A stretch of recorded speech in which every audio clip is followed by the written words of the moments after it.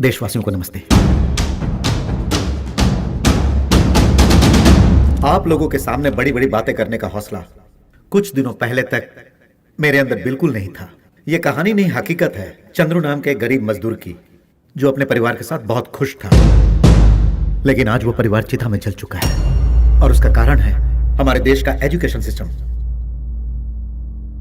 India में ज्यादातर गरीब स्टूडेंट्स गवर्नमेंट स्कूल में पढ़ाई करते हैं और आज उन गवर्नमेंट स्कूल्स की सच्चाई मैं आप लोगों को बताना चाहता हूं। इस शहर में ही नहीं बल्कि पूरे देश में गवर्नमेंट स्कूल्स कैसे चल रहे हैं, उसमें क्या है क्या नहीं है, आज हम उस पर गौर करेंगे।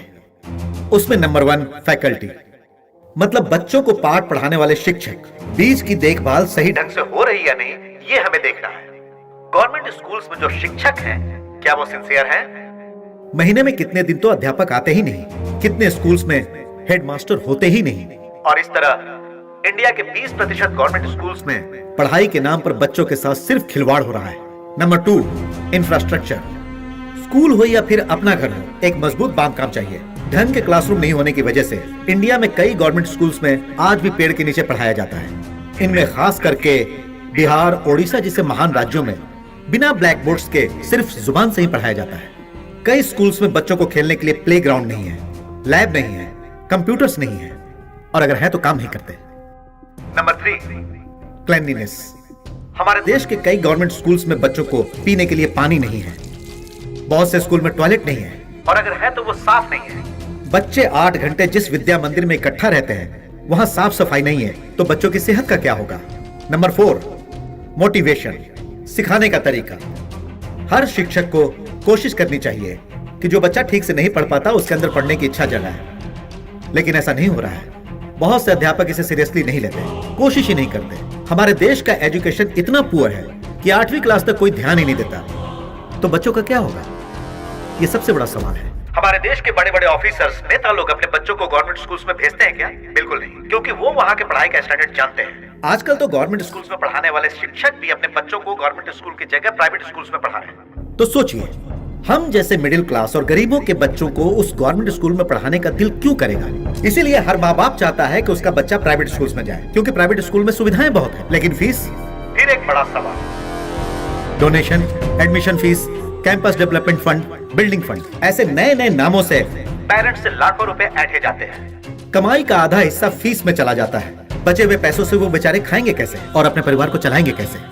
प्राइवेट स्कूल्स में पढ़ाने की जिनकी हैसियत नहीं है, वो भी गवर्नमेंट स्कूल में अपने बच्चों को पढ़ाना नहीं चाहते हैं, और इसीलिए वो हर रोज हर पल घुट घुट कर जीते हैं। अब इन सब सवालों का एज अ कॉमन मैन मैं ये चाहता हूं कि इंडिया के हर एक प्राइवेट स्कूल्स को नेशनलाइज कर दिया जाए।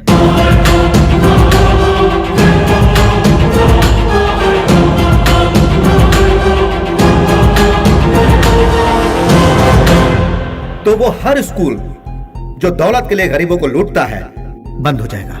लेकिन प्राइवेट स्कूल्स के मालिकों को किसी भी तरह की कोई परेशानी नहीं होनी चाहिए। इसलिए स्कूल के मालिकों को सही मुआवजा देकर सरकार को उनसे वो स्कूल खरीद लेने चाहिए या फिर लीज पर ले लेना चाहिए।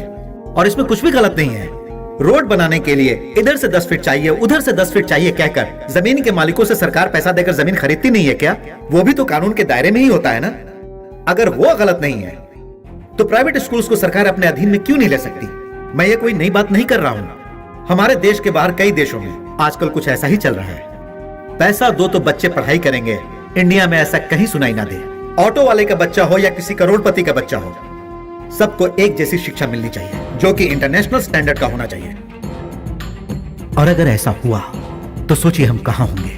हमारा यह भारत देश दूसरे देशों से काफी आगे रहेगा। चाइल्ड लेबर का जहर हमारे इंडिया में कहीं नहीं रहेगा। नन्हे बच्चे सच्चे नागरिक बनकर पूरी दुनिया में हमारा नाम रोशन करेंगे और भेदभाव की भावना खत्म हो जाएगी। फिर देश का हर नागरिक खुशी और फख्र से कहेगा कि मैं हिंदुस्तानी हूं। हमारे देश में शिक्षा हर बच्चे का जन्मसिद्ध अधिकार है। उनसे छीनकर उन्हें बर्बाद करने का किसी को अधिकार नहीं है। पूरी दुनिया में 2 ही सबसे बड़ी शक्तियां हैं, पहला स्टूडेंट्स, दूसरा मीडिया। आप लोगों को मेरी बातों में जरा सी भी सच्चाई नजर आती है तो पूरे देश में इसे पहुंचाइए। मेरी खातिर नहीं, हमारे देश के खातिर। जय हिंद, जय हिंद, जय हिंद।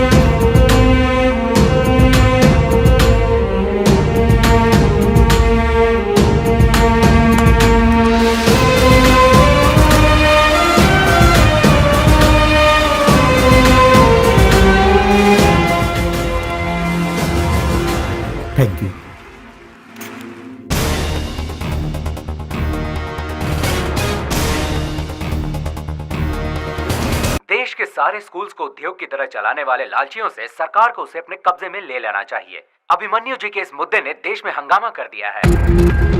अभिमन्यु ने इसमें क्या गलत कहा? अभिमन्यु ने जो भी कहा बिल्कुल सही कहा। देश की आधी से ज्यादा जनता अभिमन्यु को सही ठहराते हुए देश के गरीब बच्चों को इंसाफ दिलाने के लिए आगे आई है। गवर्नमेंट स्कूलों की यही हालत है। हमें पिछले जून से अब तक तनख्वाह नहीं मिली है। मीडिया के लोग भी खुलकर साथ दे रहे हैं। हमारे राज्य में ही नहीं बल्कि पूरे देश में अभिमन्यु के सिद्धांतों को लागू करने के लिए आज की जनरेशन सामने आई है। वो सड़क पर उतर आए हैं और उन्हें मीडिया का भी पूरा सपोर्ट मिल रहा है। हमारे देश में ऐसा हुआ तो चुटकी बजाते ही कमाल हो जाएगा। सच में ऐसा हो गया तो मेरा बेटा भी बहुत बड़ा आदमी